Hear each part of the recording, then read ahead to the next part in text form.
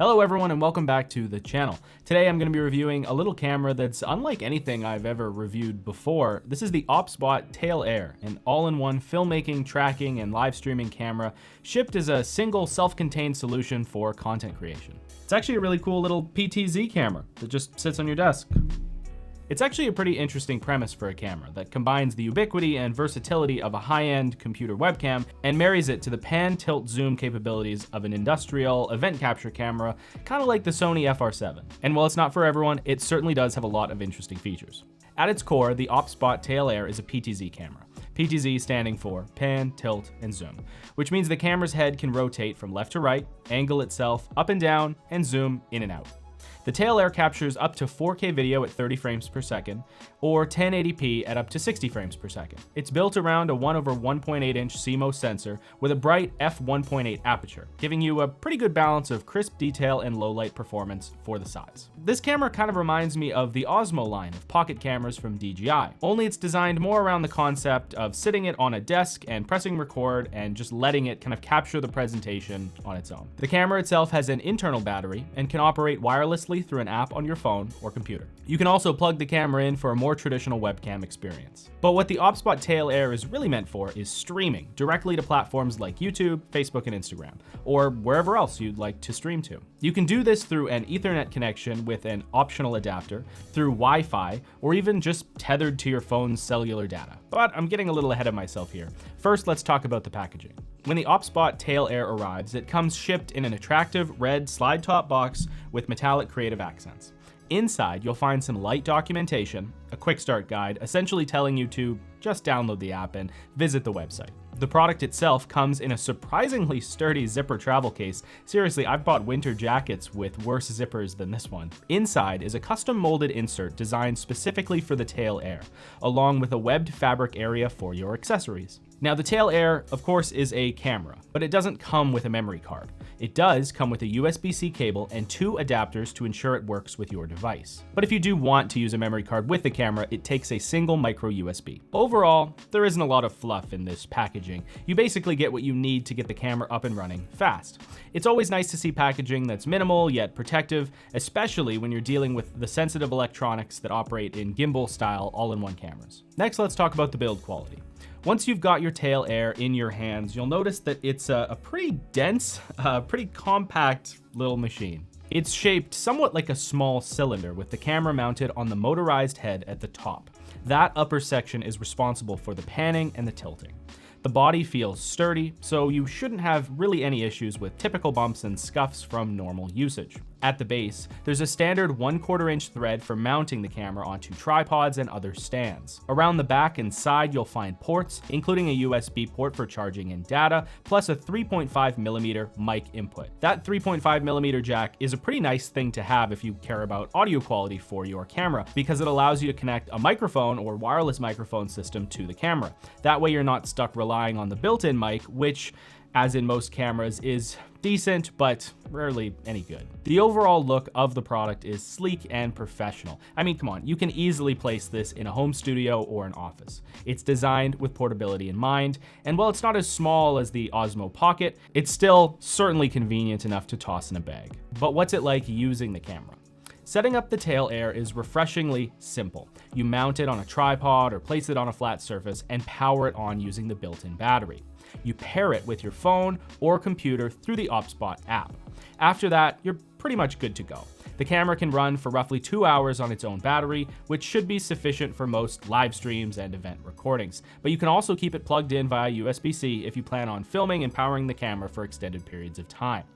The real magic happens when you start using the OBSBOT tracking and gesture controls. The OBSBOT Tail Air has an AI-powered tracking system, which from my tests, works pretty good. If you wave at the camera, you can activate or deactivate the AI tracking feature. When the camera locks on, it will pan and tilt automatically to keep you, or whatever subject you've decided on tracking, in frame. So here we are inside the mobile app of the OSBOT Tail Air, and you can just You can see the record, and then along the side there are settings options, and then along the bottom there are camera settings options. Up in the top right is a small window representing what the camera is seeing and would be streaming, and then the main image is actually just the wide, kind of like what the camera can see in its entirety. So I'm gonna put the phone down, and I'm gonna double click myself, and now I'm being tracked. So I'm being tracked by the OSBOT, which means if I go over here, it's gonna pan over to me, and if I go over here, it's gonna pan over to me. And it'll just keep me in frame. It does a pretty good job at just keeping me in frame. Yeah, for a camera marketed off the back of its AI tracking, I think it does a pretty good job. So while I'm being tracked, I can also give the camera hand gestures as well, appropriate hand gestures, of course, to indicate that I want it to do other things, like zoom in on my face. So for example, if I do L, it's gonna zoom in on my face, and I'm gonna stop. And now you see in the top corner, I'll move this little box so you can see it a little better. In the top corner, in the middle here, that's what the camera is actually seeing, this red frame, which is now a close-up on my face. And if I go into my view options, I can see that as an option along with what the camera is seeing just by itself. So to get out of that, I'll just give it another L, get out of here, go back to the main look.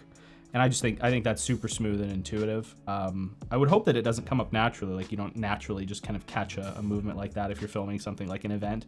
But you can turn it off as well if you're worried about people accidentally doing the gesture control. Another cool gesture control I think is kind of like the picture frame look, where it'll track your 2 L's, and then if you go out, zoom in, go close, zoom out. And it works pretty well. I'm actually pretty pleasantly surprised with how well the zoom functions and the AI tracking work on this camera.